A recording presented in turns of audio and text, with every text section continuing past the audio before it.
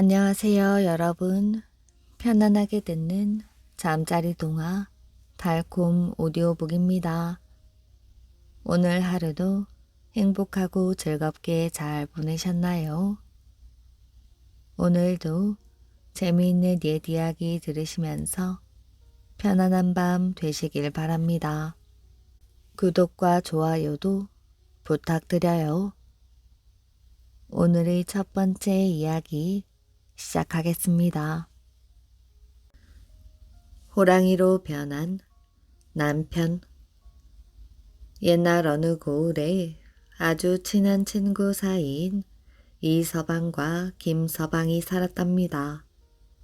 두 사람은 어릴 적부터 냇가에서 멱도 감고 글 공부도 같이 하였지요. 둘은 같은 날 과거를 보았는데 이서방만 과거에 급제하였답니다.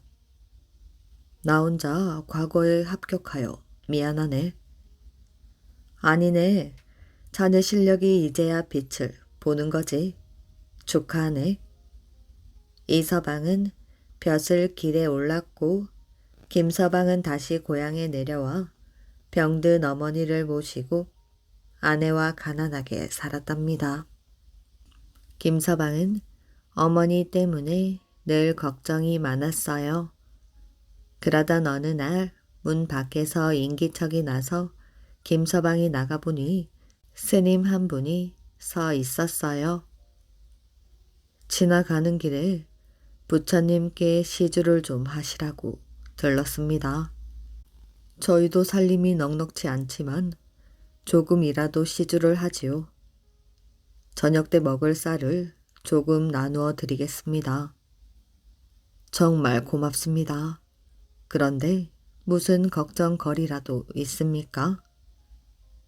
네, 어머니 병환이 깊으셔서요. 그러시군요. 제가 어머니 병환을 낫게 할 비법을 알려드리겠습니다. 스님은 김서방의 귀에 대고 무슨 말인가를 소곤소곤 거렸답니다. 스님이 가르쳐준 방법은 100일 동안 날마다 개를 한 마리씩 잡아 푹 삶아서 드리는 것이었습니다.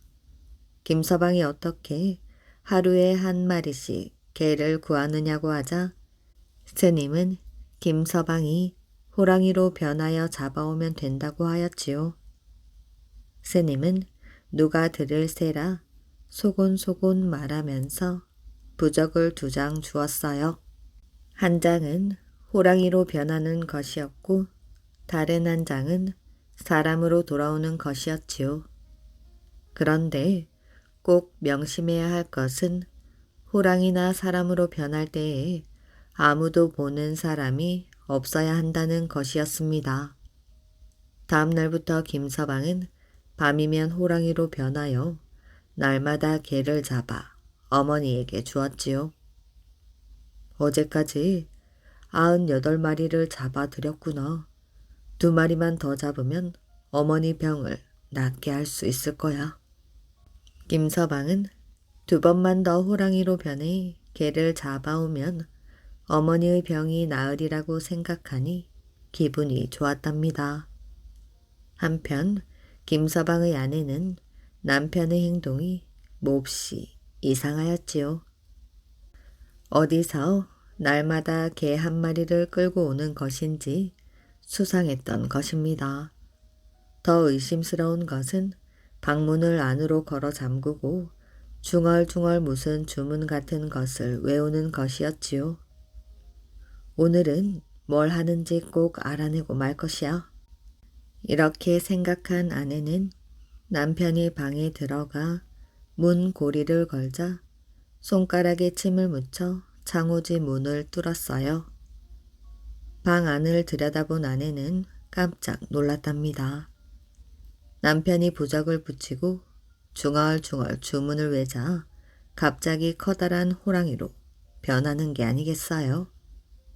호랑이는 그 길로 뛰어나갔지요. 이 일을 어쩌면 좋아. 옳지. 저 부적을 태워버려야겠어. 김서방의 아내는 부적을 없애버리면 남편이 무서운 호랑이로 변하지 않을 것이라고 생각하고는 부적을 찾아 태워버렸답니다. 밤 늦게 들어온 김서방은 방에 들어가 사람으로 돌아오는 부적을 찾았지요. 부적이 어디 갔지? 분명히 여기다 두었는데. 그러나 눈을 씻고 찾아봐도 부적이 보이지 않았지요. 한참 부적을 찾는데 아내가 방문을 열고 들어왔답니다. 뭘 그리 찾으세요? 내가 여기 부적을 넣어두었는데 못 봤소? 김서방은 지금 호랑이로 변해 있다는 것도 잊은 채 다급하게 말했지요. 아, 그거요. 난 그것이 없으면 사람으로 못 돌아오. 어서 부적을 주시오. 세상에, 그걸 그만 태워버렸어요. 김서방의 아내는 그제야 자신의 실수를 깨닫고 안절부절 못하였지요. 뭐? 그것을 태워버려? 아이고, 난 이제 죽었네. 호랑이로 변한 김서방은 홧김에 아내를 번쩍 들어 마당에 내던졌답니다. 그때 마침 방문을 열고 나오려던 어머니는 호랑이가 며느리를 죽이는 모습을 보고 놀라 기절하더니 영영 깨어나질 못하였어요. 김서방은 하늘이 무너지는 것 같았답니다. 자기는 호랑이로 변하여 사람으로 못 돌아가고 아내와 어머니마저 죽은 것이었지요. 우선 옆집 박서방에게 가서 음식을 좀 달래야겠다. 호랑이는 박서방을 찾아가 사정 이야기를 하고 밥을 먹었지요. 여보게 김서방, 자네가 아무리 김서방이라고는 하나 호랑이로 변한 이상 마을에서 사는 것은 힘들 것 같네. 나라에서 포수를 시켜 자네를 잡으려고 할 것세.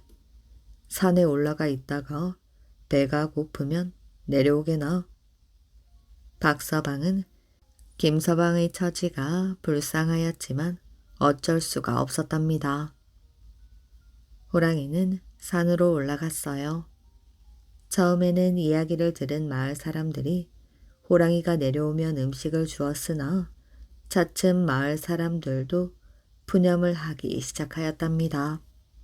아니, 언제까지 먹여 살려야 해? 우리 먹을 것도 없는데. 호랑이는 이제 음식 얻어먹기도 어려워 한숨만 내쉬었지요. 그러던 어느 날 호랑이는 배가 너무 고파 하는 수 없이 나무꾼들을 잡아먹기 시작하였답니다. 마을에서는 큰일이 났지요. 마을 사람들은 산에 나무를 하러 가지 못하였답니다. 나무를 하러 가더라도 여러 명이 함께 가야지 안전하였지요. 사람들이 아예 산에 올라오지 않거나 떼지어 몰려오자 호랑이는 또 굶기 시작하였지요. 하루는 배가 너무 고파서 고갯마루에 배를 깔고 엎드려 있었답니다. 그때 울긋불긋한 관복을 차려입은 사람이 땀을 뻘뻘 흘리며 올라오고 있었지요. 호랑이는 마침 잘됐다 싶어 사람 앞으로 달려나갔답니다. 어흥! 관복을 입은 사람은 크게 놀랐으나 금방 정신을 차리고 말하였지요. 나는 양주 사또로 새로 부임해 가는 사람이야. 어서 길을 비키거라. 그런데 호랑이가 가만히 보니 새 양주 사또는 옛날 자기 친구인 이서방이었지요. 아니, 이게 누군가? 이서방 아닌가? 날쌔나 김서방. 뭐? 김서방?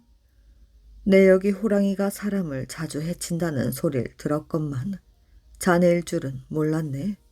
어찌된 일인가? 제 양주 사또는 반갑기도 하였지만 어리둥절하여 물었답니다. 호랑이는 그동안 있었던 일들을 자세히 들려주었어요. 아니, 그게 사실인가?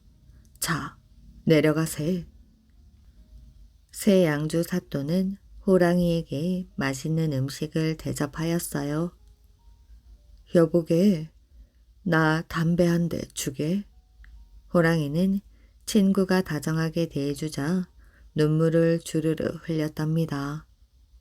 호랑이는 담배를 피우면서 그동안의 고생을 생각하였지요.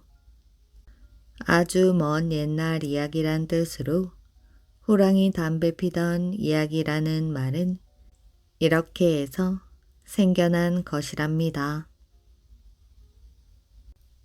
산삼을 구하러 간 늙은 농부의 딸. 올해 나이가 16살이 된 옥란이는 마음씨가 착하고 부모님을 잘 모시는 효녀로 마을 안에서 소문이 자자하였답니다. 옥란이의 아버지는 산 속에 주인 없는 밭을 일구어 농사를 짓는 농민이었는데 늙은 그에게 자식이라고는 오직 옥란이 뿐이었지요. 옥란이네가 가난하게 농사를 지으며 살고 있는 근방에는 그들과 같이 산을 일구어 농사를 짓는 농민들이 수십 집이 있었답니다. 그들은 원래 다른 마을에서 농사를 짓고 살았으나 다른 나라 군사들이 그 지방을 강제로 차지하게 되어 피난 겸 이 산골로 밀려 들어온 농민들이었지요. 어느 날 옥란이의 아버지는 밭에 나가 김을 매다가 구렁이에게 발가락을 물려 온 몸에 독이 퍼져서 앓고 있었답니다. 산에 있는 약초를 뜯어다 다려 먹였더니 퉁퉁 부은 몸은 조금 나았으나 기운은 도무지 추스리지 못하였지요. 누가 알려주는 말에 따르면 밀림 속으로 들어가면 산삼이 있는데 그것은 순결한 처녀의 눈에만 보인다는 것이었습니다.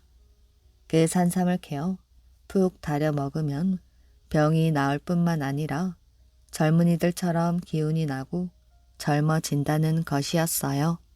그 말을 듣자 옥란이는 어머니에게 말했지요. 어머니, 제가 가서 캐오겠어요. 아버지께는 알리지 마세요. 옥란아, 아버지를 생각하는 네 마음은 잘 알겠지만 어떻게 혼자서 그런 먼 산속으로 들어가겠니? 엄두도 내지 말거라. 어머니는 딸을 말렸어요. 그러나 옥란이는 한 번 먹은 마음을 버리지 않았답니다.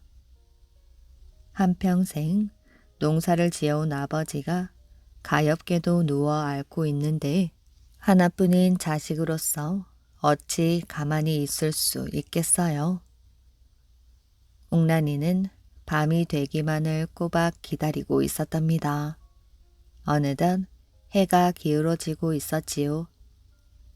어머니가 바느질 감을 놓고 우물로 물을 기르러 나간 사이 옥란이는 골방으로 들어가 길 떠날 채비를 하였답니다. 옥란이는 제 손으로 짠 배 보자기에 호미를 돌돌 말아들고 부엌으로 나왔지요. 이때 물 동이를 이고 막 부엌으로 들어서려던 어머니가 신을 신고 있는 옥란이를 보았답니다. 아니, 얘야.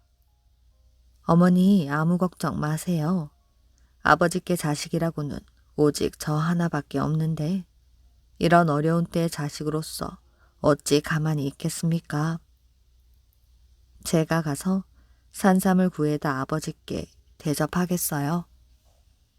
옥란이는 이렇게 말하면서 자기를 붙잡고 있는 어머니의 손을 밀어넣고 걸음을 옮겼답니다. 어머니는 더 이상 막을 도리가 없었지요. 옥란이는 고개를 하나 넘고 또 하나를 넘었답니다. 나무가 우거진 산 속에는 길도 없어 나무를 껴안아가며 가까스로 오르내리곤 하였지요. 밀림은 얼마나 높고 먼지 알 수 없었답니다. 다만 옥랑이는 노인들에게서 들은 대로 방향만 잡고 별빛을 따라 총총히 걸어갈 따름이었지요. 다음 날 저녁이 되었어요. 때는 늦 봄이라 산나무를 캐서 간단히 요기를 하고 걸었답니다. 밤이 되었을 때 옥란이는 다리가 쑤시고 몸이 나른해져 그만 풀 위에 쓰러져 스르르 잠이 들어버리고 말았지요. 그런데 그때 맞은편 벼랑의 폭포수 위에서 백호 한 마리가 옥란이를 굽어보며 어흥어흥하며 고함을 질러댔답니다. 이 소리에 놀란 옥란이가 깨어나니 백호는 시뻘건 혓바닥을 낼름거리며 금방이라도 뛰어내릴 것처럼 으르렁대는 것이었어요. 옥란이는 기어서 숲속으로 몸을 감추었답니다. 위험은 그 다음부터 계속 잇따랐지요. 곰의 무리가 나타나는가 하면 이리와 승냥이 떼가 양쪽으로 덤벼들기도 하였답니다. 그때 옥란이는 무성한 풀 덤불 속으로 숨어 들어갔지요. 그랬더니 이번에는 풀숲 밑에서 도마뱀, 뱀, 다람쥐 따위가 술렁대는 것이었어요. 몇 날 며칠이 또 지났지요. 돌이켜보니 집을 떠난 지도 이제는 어슴푸레했답니다. 그러던 어느 날 한낮 벼랑간 하늘이 까맣게 흐려지더니 번개가 번쩍번쩍하고 소나기가 퍼붓기 시작하였답니다. 눈 깜짝할 사이에 옷이 몽땅 젖어버렸지요. 그런데 어디서 나타났는지 옥란이가 있는 칡 덩굴 속으로 아기 벌 한 마리가 날아들어와 슬픈 소리로 앵앵 울었답니다. 벌을 보니 날개가 젖어 등에 착 붙어 있었고 발에는 장가시가 박혔는지 엉금엉금 걷고 있었답니다. 아기 벌은 옥란이가 앉은 칡 덩굴 곁 바윗돌 위에 앉아 있었어요. 너도 비를 피하려고 이리로 들어온 곳이야? 소나기가 무서워 우는가 보구나. 울지 말거라. 옥란이는 곧 아기 벌을 쥐어 자기 저고리 소매 안에 넣어 주었답니다.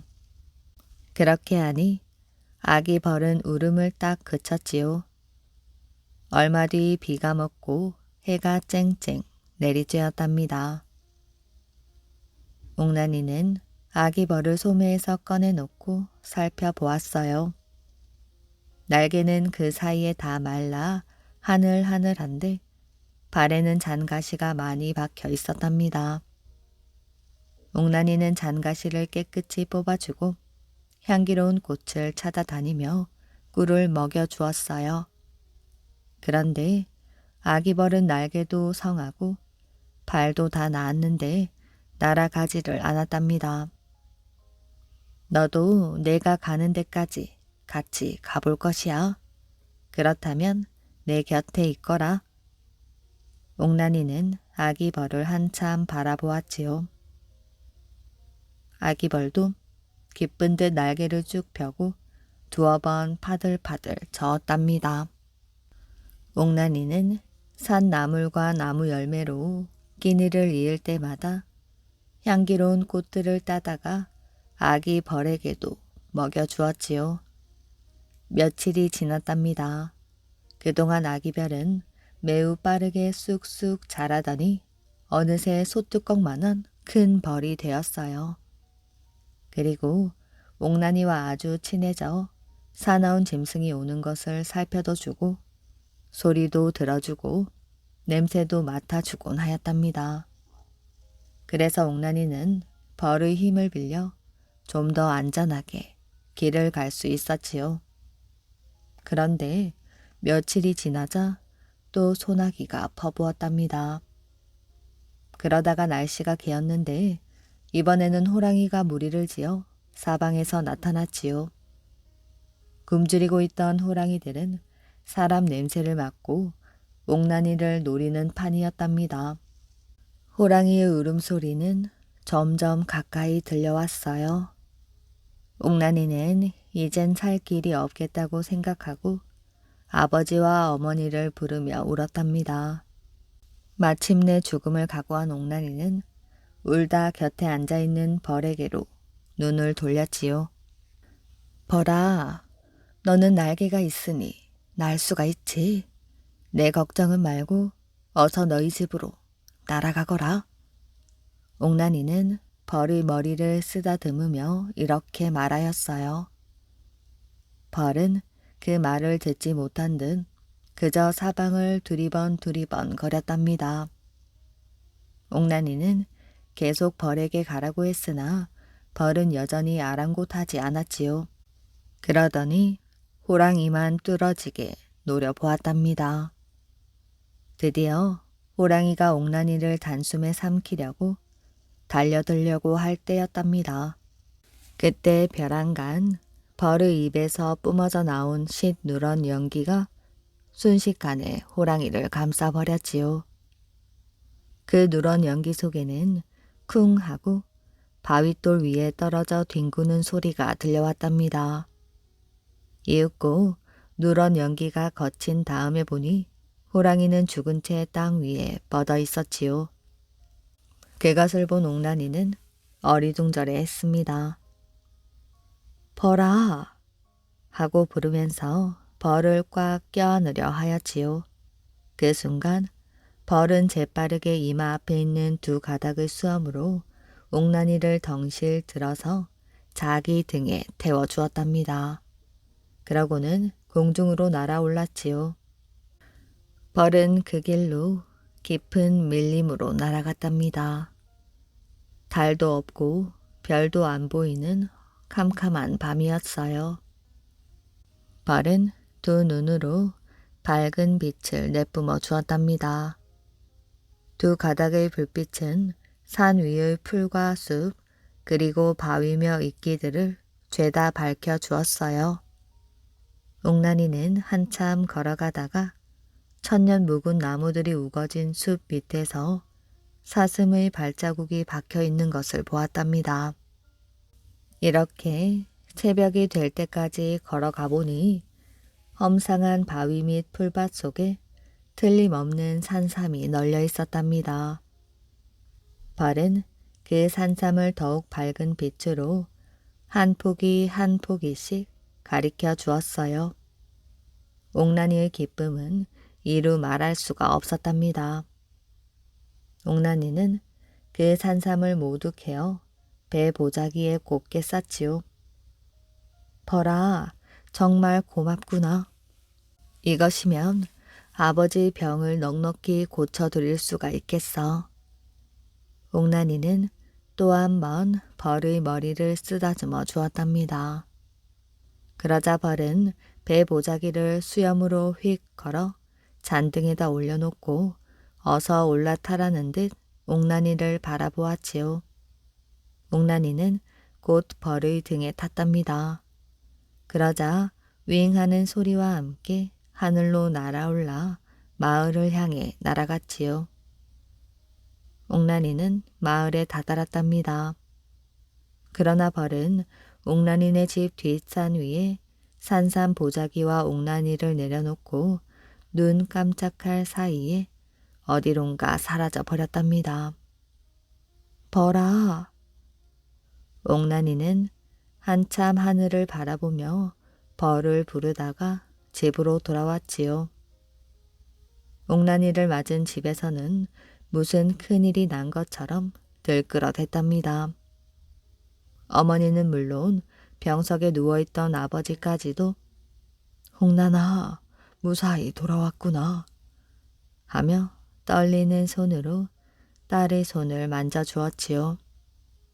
산삼을 달여 마신 뒤 옥난이의 아버지의 병은 곧 깨끗이 나았답니다. 그리고 휘었던 허리까지 곧게 펴지고 기운이 솟아났지요. 힘에 겹던 일을 젊은이들과 조금도 다름없이 쉽게 해냈답니다. 옥난이는 남은 삼삼을 마을 노인들에게도 골고루 나누어 주었어요. 산삼을 먹은 노인들도 모두 옥난이의 아버지처럼 기운이 솟고 젊어져서 부지런히 일하며 서로 돕고 위하면서 화목하게 살아갔답니다. 오늘까지도 그 마을 뒷산을 옥란봉이라 부른답니다. 그리고 옥랑봉 상상봉에는 늙은 소나무 사이에 바위들이 한데 엉겨붙어 있는데 바람이 불 때마다 그 바위 틈에서 윙윙하고 울리는 소리가 난다고 합니다. 사람들은 그것을 벌의 울음소리라 하여 바위 이름을 벌바위라고 부른다고 합니다. 뱀술을 마신 사람. 옛날 아주 오랜 옛날 맹산에는 박가성을 가진 사람과 병가성을 가진 사람이 사이좋게 살고 있었답니다. 둘 다 씨앗을 묻을 손바닥만한 땅 한 떼기 없었으나 서로 도와가며 니것 내것 없이 사는 단짝 친구였답니다. 어느 해 봄, 지난해에는 흉년이 들어 겨울을 나고 보니 당장 끼니를 끓일 나달이 한 되박도 남지 않았지요. 밥 달라고 조르는 자식들을 바라보는 부모의 마음은 찢어지는 것 같았답니다. 하루는 박서방과 병서방이 서로 마주 앉아 앞으로 살아갈 일을 의논하였지요. 여보게 병서방, 가만히 앉아서 굶어 죽을 수야 없지 않나? 그래, 자네 말이 옳아. 이렇게 앉아 죽을 수야 없지. 우리 살 길을 찾아 떠나 보세나. 다음날 그들은 식구들을 데리고 정처 없이 길을 떠났답니다. 얼마쯤 갔더니 길이 두 갈래로 갈라져 있었지요. 병서방이 박서방에게 말했어요. 여보게, 빌어 먹으려면 입이 적어야 하지 않겠나? 이렇게 두 집 식구가 함께 몰려다니면 힘들 때가 많을 터이니 우리 여기서 헤어지세나. 옳은 말이네. 그럼 우리 약속을 하자고. 누구든 먼저 살기 좋은 곳을 찾으면 다시 모여 지난날처럼 다정하게 살아가세. 그거 참 좋은 생각이구먼. 우리들이 맺은 깊은 정이야 어디 간들 변하겠나?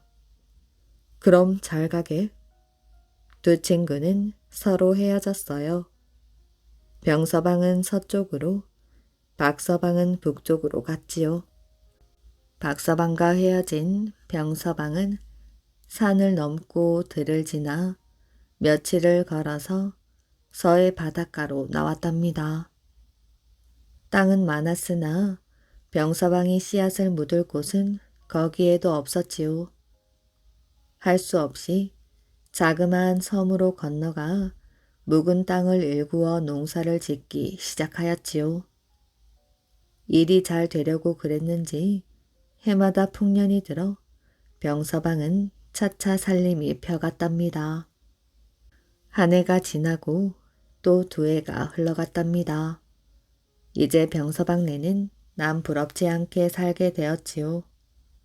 살림이 넉넉해지자 병서방은 점점 달라졌답니다.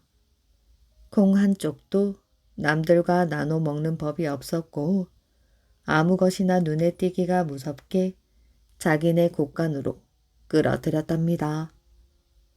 사람들은 그런 병서방에게 병깍쟁이라는 별명까지 붙여주었지요.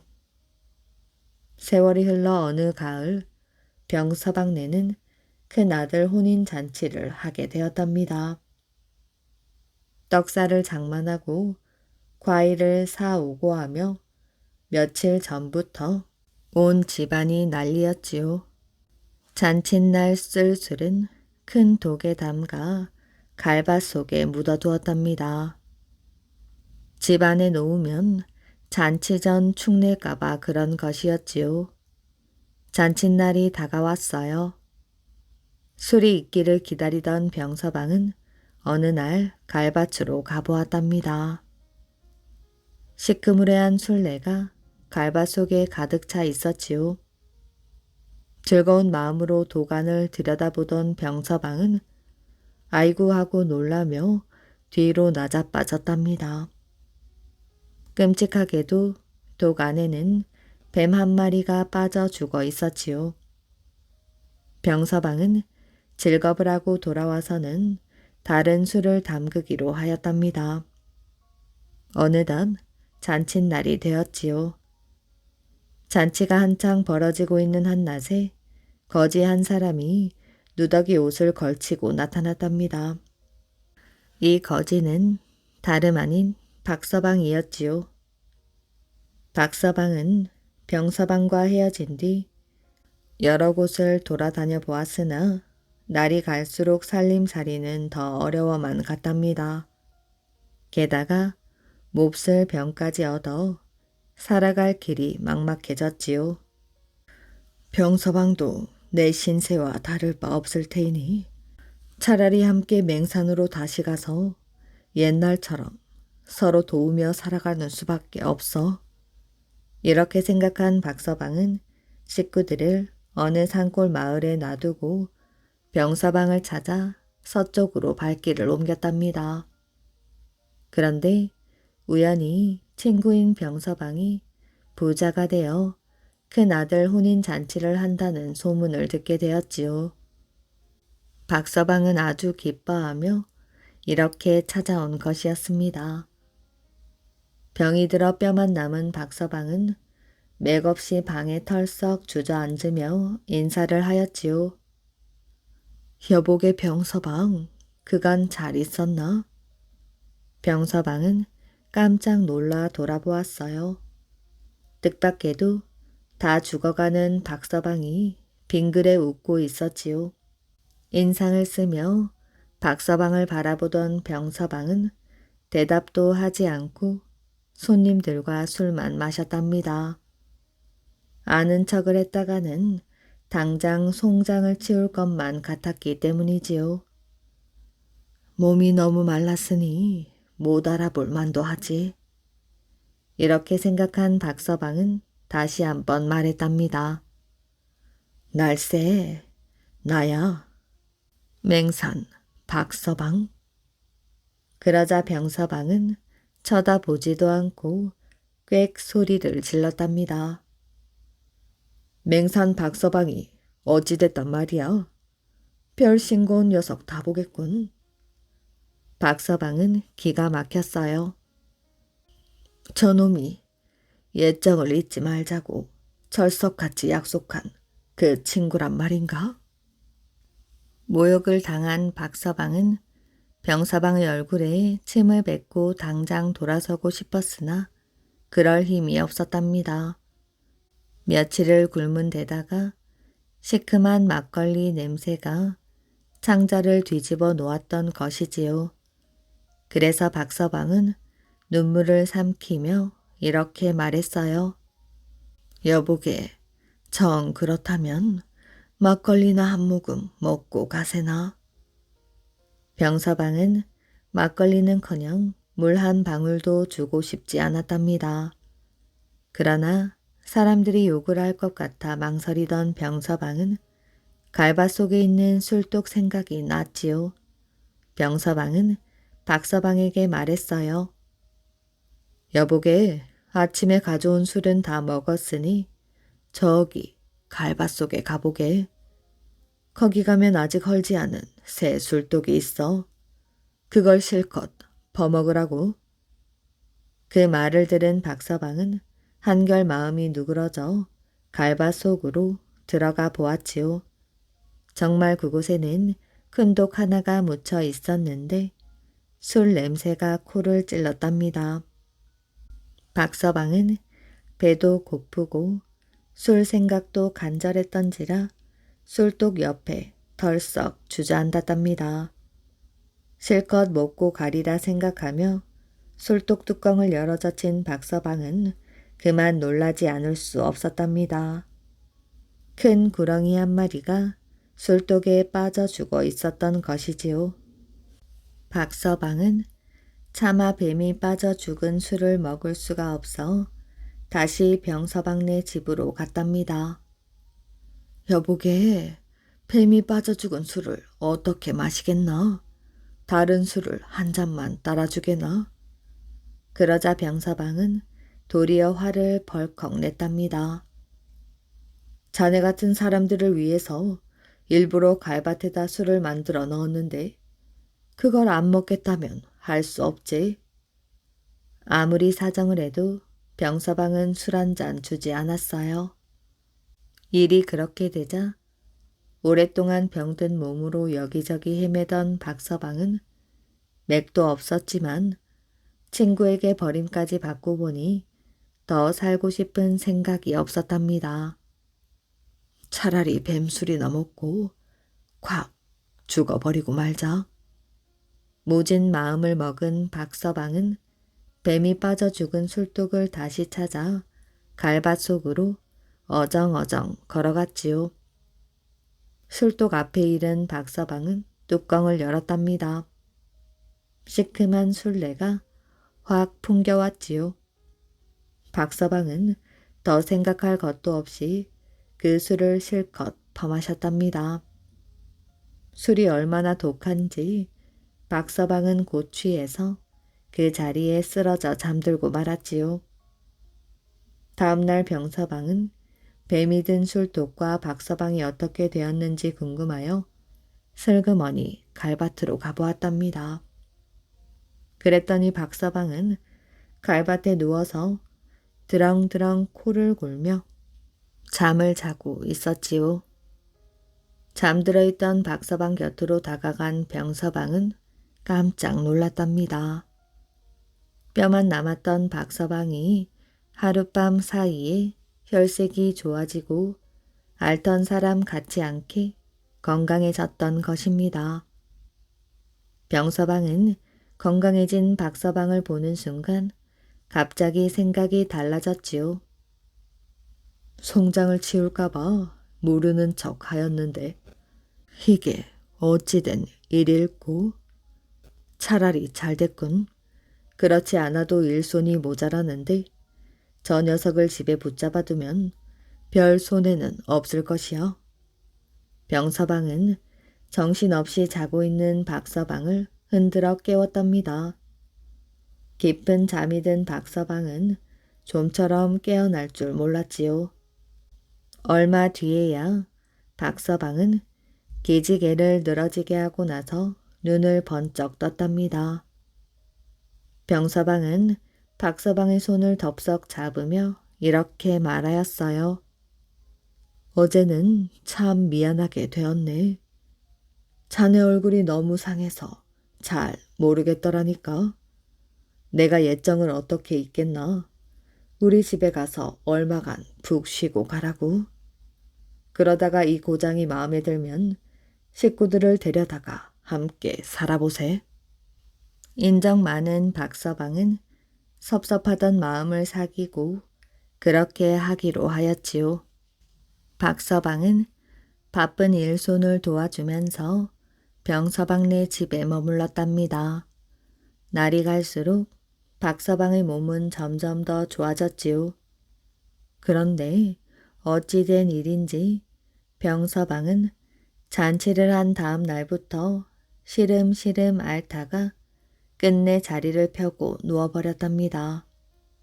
얼마 뒤 병서방의 병이 퍼져 온 집안 식구가 하나도 남지 않고 죽어버렸지요. 친구를 잃은 박서방은 슬픈 마음을 지을 수가 없었답니다. 게다가 정든 고향이 그리워서 견딜 수가 없었지요. 병서방네 재산을 모두 맡게 된 박서방은 어느 날 땅과 집안 살림살이들을 모두 팔아가지고 고향인 맹산으로 돌아가서 식구들과 행복하게 살았답니다. 그때부터 박서방의 자손들이 퍼지고 퍼져 나중에는 큰 마을을 이루게 되었지요. 그래서 맹산에는 한때 박씨성을 가진 사람들이 많이 살았다고 합니다. 거짓말 잘하는 군인. 옛날 제주도에 성이 변시인 군졸이 살았답니다. 고을 사람들은 그를 변서방이라고 불렀지요. 일은 그리 잘하지 못했으나 말솜씨가 뛰어났답니다. 어찌나 말솜씨가 좋은지 아무리 힘든 일이 있어도 말 한마디로 슬쩍 잘 넘겼지요. 어느 날 변서방은 급한 일이 생겨 제주성으로 바삐 가고 있었답니다. 밭을 매던 농부들이 반은 농담으로 물었어요. 변서방 어딜 가는데 그렇게 급히 가나? 똥이 마려운가? 일이 있어서요. 일은 무슨 일? 얘기 하나 해주고 가게나? 농부들이 이야기를 해달라고 졸랐답니다. 변서방은 못 들은 척하며 그냥 지나치려 하였지요. 그러자 재꾸은 농부가 약을 올리는 투로 빈정대며 말하였어요. 말하면 세금이 나오냐? 아니면 네 혓바닥이 잘라지기라도 하는 것이야? 변서방은 화가 치밀어 올랐지만 꾹 참았어요. 그런데 또 한 농부가 한마디 하였지요. 정할 얘기가 없으면 거짓말이라도 좋아. 넌 거짓말 박사 아니냐? 변서방은 화를 내며 큰 소리로 말하였어요.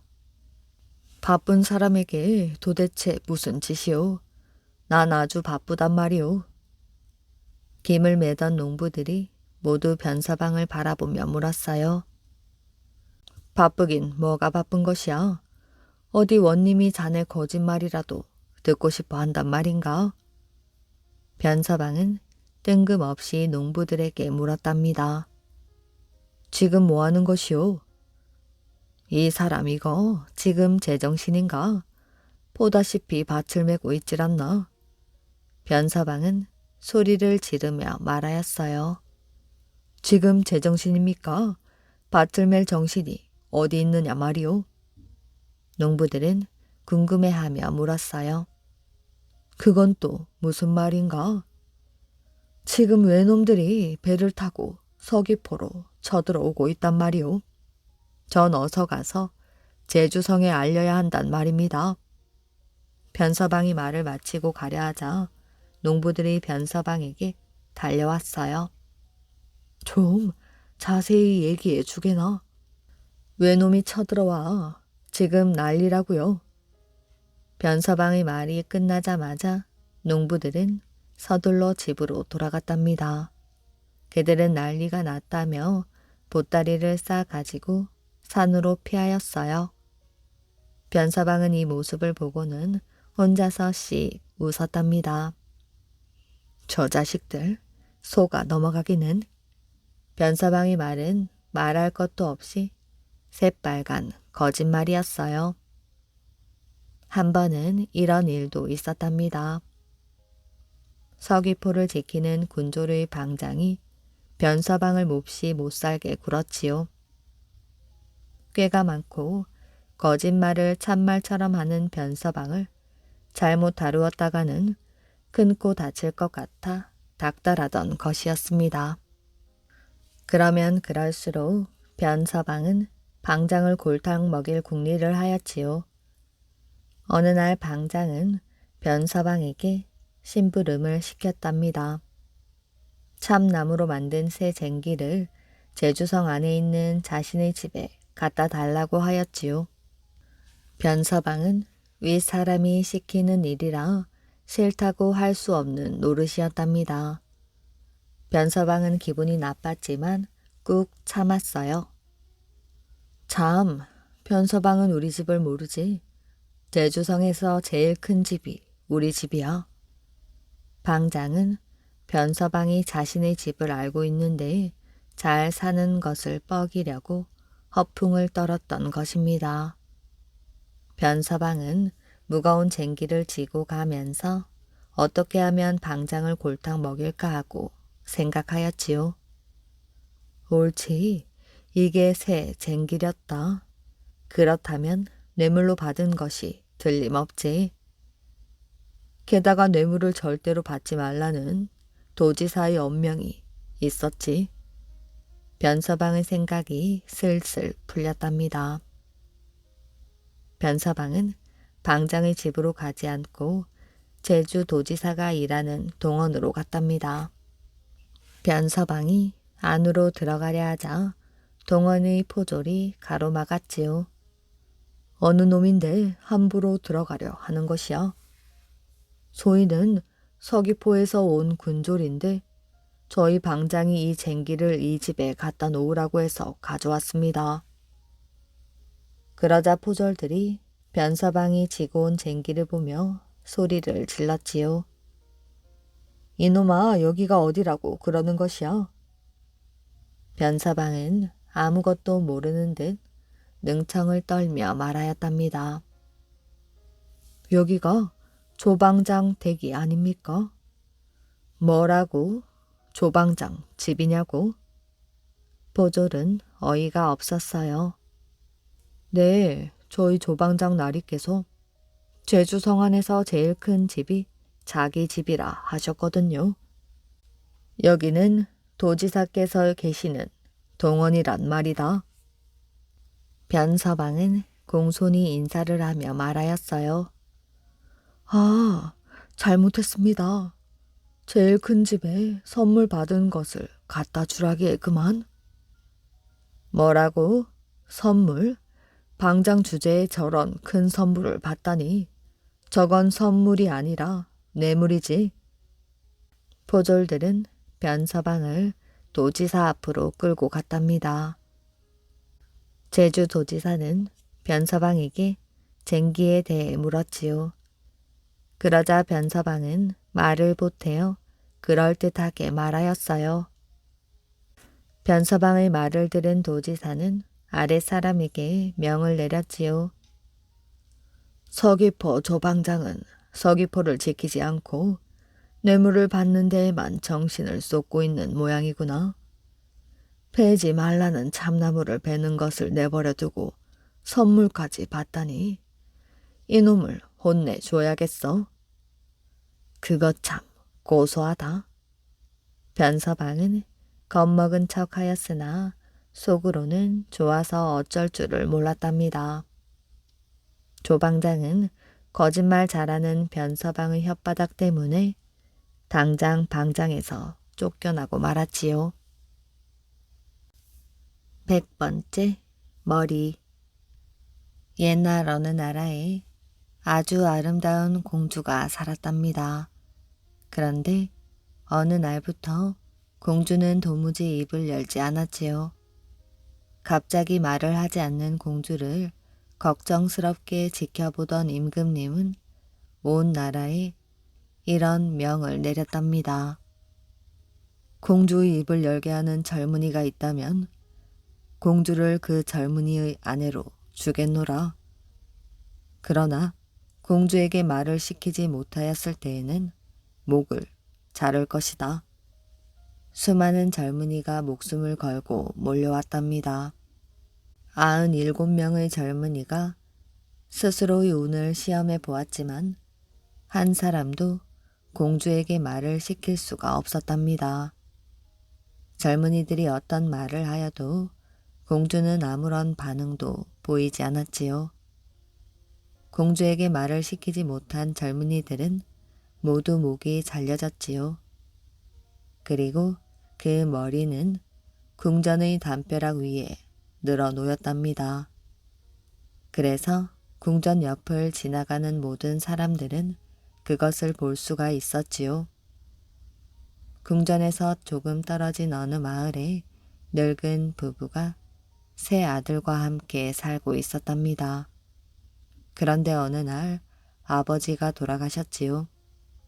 아버지가 돌아가시자 어떤 사람들이 몰려와서 너희 아버지가 우리들에게 많은 돈을 빌려갔으니 집에 있는 물건들을 가져가겠다 하면서 집 안에 있는 물건들을 하나도 남기지 않고 가져가 버렸답니다. 큰아들은 어머니에게 말했어요.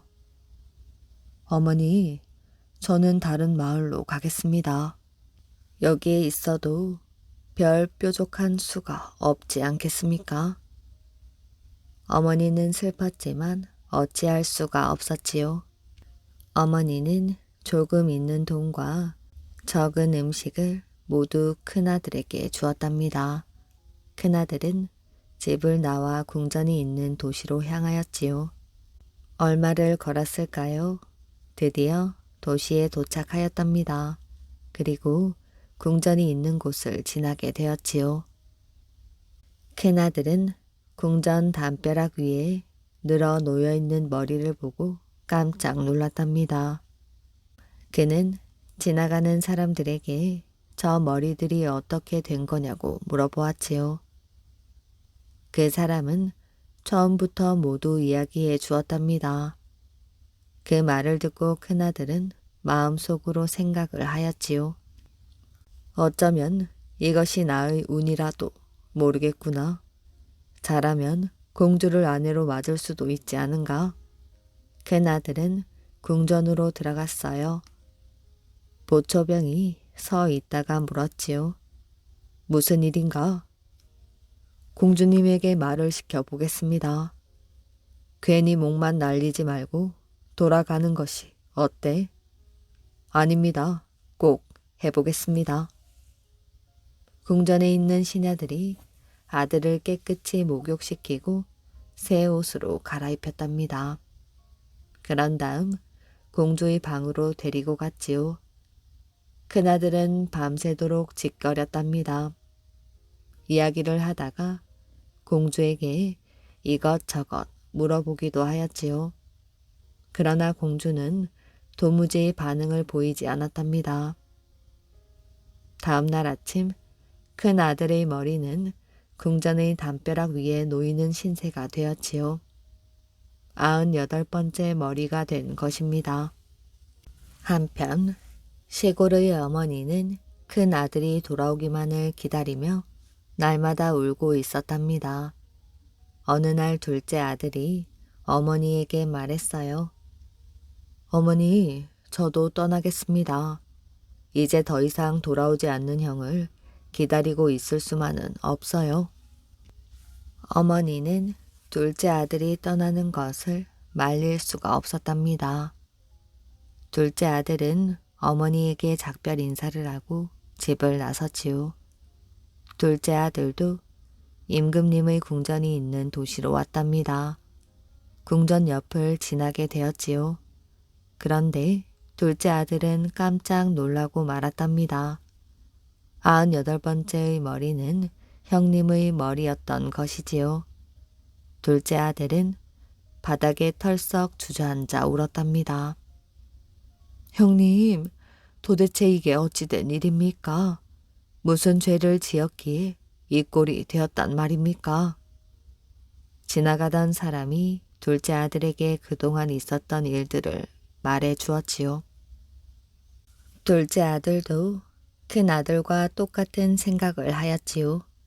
그래서 궁전 안으로 들어갔어요. 둘째 아들은 밤새도록 이야기하였답니다. 이야기를 하다가 공주에게 이것저것 물어보기도 하였지요. 그러나 공주는 한마디 말도 하지 않았답니다.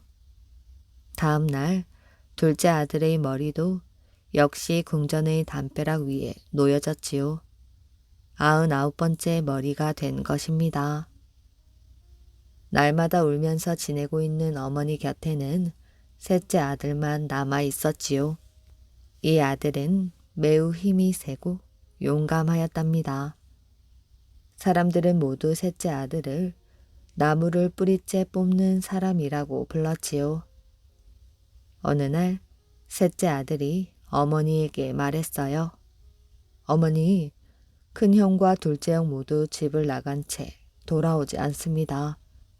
제가 나가서 형들을 데려오겠습니다. 어머니는 셋째 아들에게 말했어요. 너에게는 하늘이 내려주신 힘이 있어. 꼭 네 형들을 찾아 데려오너라. 셋째 아들은 집을 나섰어요. 역시 임금님의 궁전이 있는 도시로 향하였지요. 궁전 곁을 지나다가 99개의 머리를 보았답니다. 마지막의 2개는 형들의 머리였지요. 형님들, 이 무슨 처참한 일입니까? 도대체 무슨 죄를 지었길래 이렇게 참혹하게 죽을 수밖에 없었던 것입니까? 셋째 아들의 눈에서 눈물이 뚝뚝 떨어지고 있었답니다. 지나가던 사람들이 모든 사실을 말해 주었지요. 셋째 아들은 근처 찻집에 들어가 차 한 잔을 시켰답니다. 셋째 아들은 안절부절 못하며 담벼락에 늘어놓인 머리들을 바라보았지요. 그 집 주인이 그런 아들의 모습을 보고 말하였습니다. 젊은이도 불행을 바라고 있나? 젊음이란 소중한 것이지 어째서 쓸데없이 목숨을 버리려 하는가? 그러나 셋째 아들의 귀에는 아무 소리도 들리지 않았답니다. 무언가를 골똘히 생각할 뿐이었지요. 날이 저물 무렵 셋째 아들은 궁전 앞에 서 있었습니다. 보초병이 물었지요. 무슨 일인가? 셋째 아들은 공주에게 말을 시켜보겠다고 대답하였어요. 만일 공주님이 말을 하지 않으면 어떤 무서운 벌이 자네를 기다리고 있는지 알고 있는가? 네, 알고 있습니다. 궁전에 있는 시녀들은 셋째 아들을 목욕탕으로 데려가 깨끗이 목욕을 시켜 주었답니다. 그러고는 훌륭한 옷을 입혔지요. 공주의 방에 들어간 셋째 아들은 한마디의 말도 하지 않았답니다. 방 밖에서는 보초병이 방 안을 감시하고 있었답니다. 방 안에는 수개의 침대가 있었는데 하나의 침대에는 공주가 앉아있고 다른 하나의 침대에는 셋째 아들이 걸터 앉아 있었지요. 그렇게 얼마나 침묵했을까요? 셋째 아들이 주머니에서 무언가를 꺼냈답니다. 그것은 촛대였지요. 셋째 아들은 촛대를 상대로 이야기를 시작하였답니다. 그때 갑자기 공주가 몸을 일으키며 물었지요. 아니, 무엇을 하고 있지? 그대는 미치지 않았는가? 촛대를 상대로 이야기를 하다니. 셋째 아들이 말하였어요. 공주님과는 상관없는 일이 아닙니까? 저는 공주님과 이야기하고 있는 게 아닙니다. 촛대와 이야기를 하다니. 한편 방 밖에서 감시하는 사람들의 귀에 공주의 목소리가 들렸지요. 곧 그 소문은 궁전 안에 퍼졌답니다. 그 소문을 들은 임금님은 큰 고민에 빠졌지요. 임금님은 공주를 누구에게도 시집 보내고 싶지 않았기 때문에 공주에게 말을 시키지 못한 젊은이는 목을 자를 것이라고 했던 것입니다. 그래야 겁을 먹고 공주를 아내로 삼고자 하는 젊은이들이 없어질 테니까 말이지요. 밤새 고민하던 임금님은 아침이 되자 셋째 아들을 불렀답니다. 약속한 대로 공주를 자네에게 주겠네.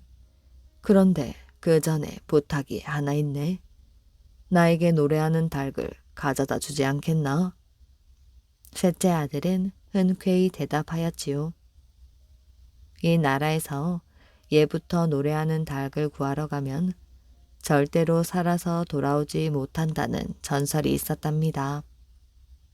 임금님은 셋째 아들이 공주와 결혼하지 못하도록 이런 부탁을 한 것이지요. 노래하는 닭을 구하러 떠나기 전 셋째 아들은 공주에게 새 그루의 나무를 심은 화분을 주었답니다. 그리고 나서 이렇게 말했지요. 이 화분을 받으시오. 그리고 잊지 말고 일주일에 한 번씩 화분에 물을 주시오. 당신이 잊지 않고 물을 주었는데도 한 그루의 나무가 시들었다면 나의 힘이 조금 없어진 것이고, 두 그루가 시들었다면 나의 힘이 반쯤 없어진 것이요. 모두 시들었다면 그때는 내가 죽은 줄 아시오. 셋째 아들은 물과 빵을 가지고 여행을 떠났답니다. 말을 타고 석 달을 가니 두 갈래로 갈라진 길이 나왔지요. 한쪽 길에는 이 길을 가는 자는 다시는 돌아올 수 없다고 쓰여져 있었고, 다른 한쪽에는 행운의 길이라고 쓰여져 있었답니다. 어디로 갈까? 어디로 가야 노래하는 닭을 구할 수 있을까? 셋째 아들은 돌아올 수 없는 길을 선택하였답니다. 그가 막 그 길로 들어가려는데 웬 노파가 나타나 말을 걸었답니다. 저런, 젊은이는 이 길을 가려 하는가? 상관하지 마십시오. 그런 소리 말게. 젊은이가 꼭 이 길을 가겠다면 내가 일러줄 말이 있지. 내가 일러주는 말만 잘 듣고 가면 무사히 돌아올 수 있을 걸세. 이 길을 따라 가다 보면 넓은 들판이 나오지. 들판이 나오면 큰 나무가 보일 때까지 계속 걸어가게. 그 나무 밑에는 커다란 새장이 있는데 그 안에 노래하는 닭이 있다네. 그렇지만 그 새장 근처에는 가지 말게.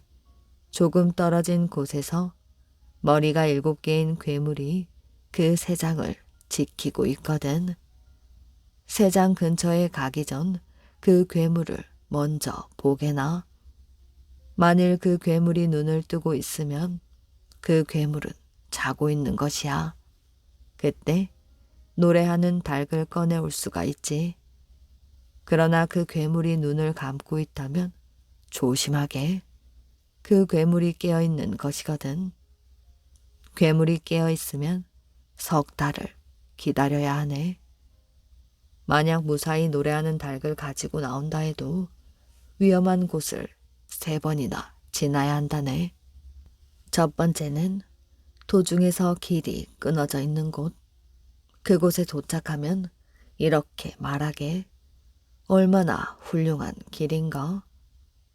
임금님의 말을 전부 가지고 있었다면 여기서 춤을 출 텐데 하고 말일세. 두 번째 위험한 곳은 진흙투성이의 늪이라네. 거기에 도착을 하면 이렇게 말하게.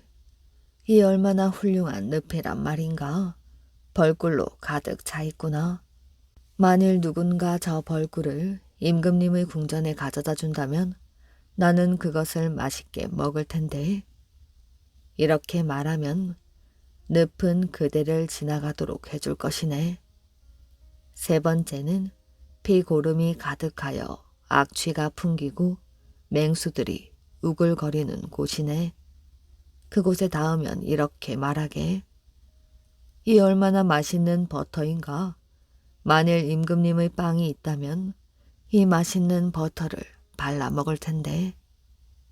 그렇게 해서 내가 있는 곳까지 무사히 돌아오면 그 다음부터는 그때 생각하기로 하지. 셋째 아들은 노파가 일러준 말을 잘 기억하고 길을 떠났지요. 이윽고 들판이 나오고 나무 아래에는 새장이 있었는데 새장에서 조금 떨어진 곳에 괴물이 있었답니다. 괴물의 눈은 감겨 있었지요. 괴물이 잠잘 때까지 석 달 동안을 기다려야 했습니다. 마침내 석 달이 지나고 괴물이 눈을 떴답니다. 아들은 괴물의 손에서 닭장의 열쇠를 끄집어내어 그 열쇠로 새장을 열었지요. 그러고는 노래하는 닭을 가슴에 안고 말에 올라타고는 힘껏 달렸답니다. 그렇게 석 달을 달리자 끊어져 있는 길에 닿았지요. 바로 그 순간 괴물이 잠에서 깨어 닭장의 열쇠가 없어진 것을 알았답니다. 괴물은 셋째 아들이 석 달이나 걸려서 달려온 길을 단숨에 쫓아왔지요. 그때 셋째 아들은 노파가 일러준 말을 큰 소리로 외쳤답니다. 그러자 곧 길이 이어져 셋째 아들은 온 힘을 다해 그곳을 지나갔지요. 괴물은 셋째 아들의 뒤를 쫓다가 그만 넘어지고 말았답니다. 셋째 아들이 진흙투성이의 늪에 이르렀을 때 다시 괴물이 쫓아왔지요. 이번에도 붙잡히려는 순간에 그곳을 빠져나갈 수 있었답니다. 노파가 일러준 대로 외치면서 세 번째 위험한 곳에서도 무사히 빠져나왔지요. 괴물은 더 이상 쫓아오지 못했답니다. 셋째 아들은 노파가 있는 곳에 도착하였답니다. 노파가 말했지요. 그대는 정말 용감한 젊은이로군. 하지만 그대는 지금 너무 지쳐 있어. 여기서 좀 쉬게나. 노파는 밖에 나가 밭에 보리를 심었어요. 보리는 금세 싹이 트더니 무럭무럭 자라 거두어 들일 때가 되었지요. 노파는 보리를 베어 금세 밀가루로 만들었답니다. 모든 것이 순식간에 이루어졌지요. 노파가 밖에 나가 있는 동안 노래하는 닭이 셋째 아들에게 말했답니다. 나를 손에 넣기까지 그렇게 많은 고생을 하였는데 참으로 불쌍하군요.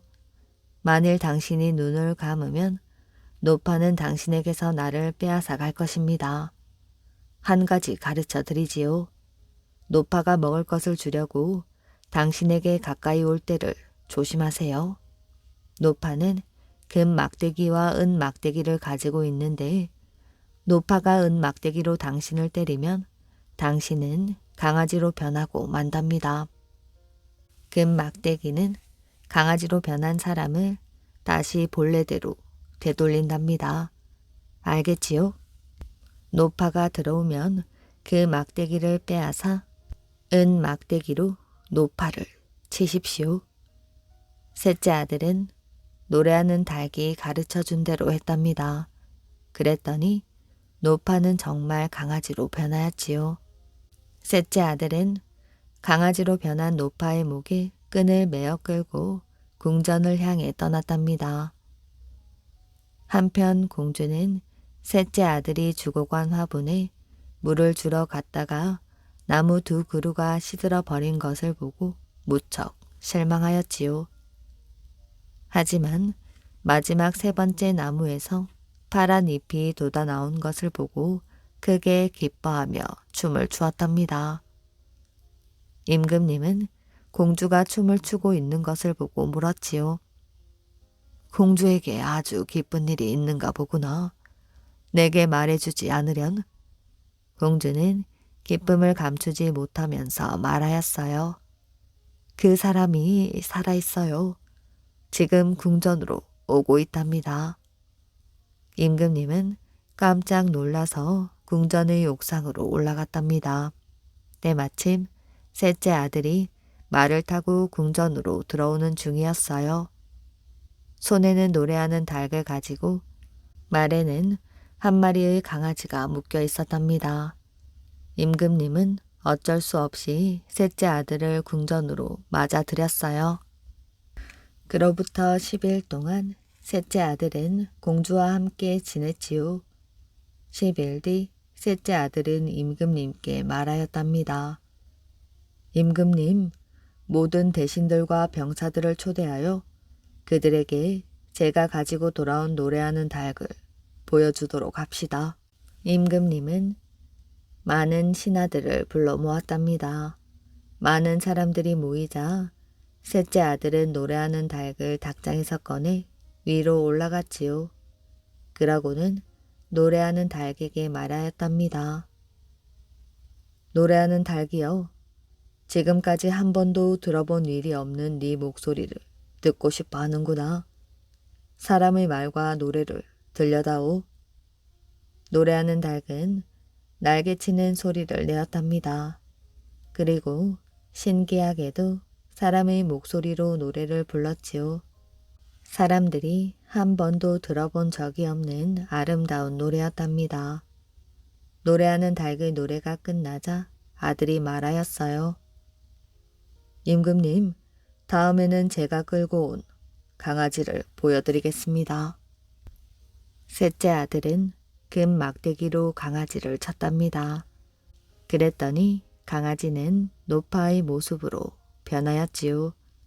모인 사람들은 너무나 놀라 입을 다물지 못하였답니다. 어떤 사람은 그 자리에 주저앉고 어떤 사람은 기절하기도 하였지요. 셋째 아들은 모두에게 이 노파가 자신을 어떻게 하려 했는지 설명하려고 하였답니다. 그때 노래하는 닭이 곁에서 말참견을 하였지요. 안 돼. 당신이 모두에게 말하면 안 돼요.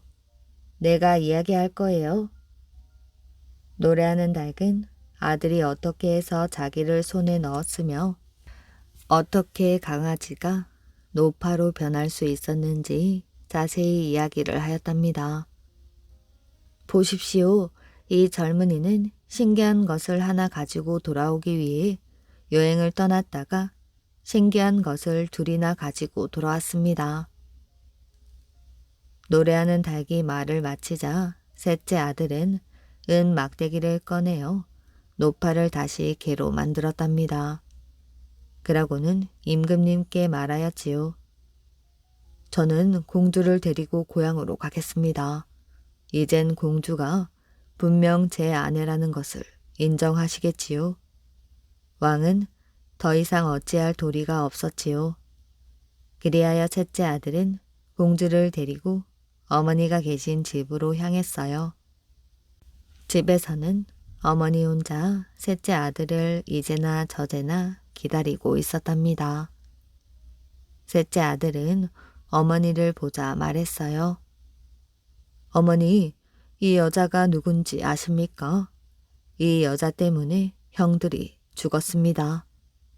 셋째 아들은 칼을 빼어 그 자리에서 공주의 목을 베었답니다.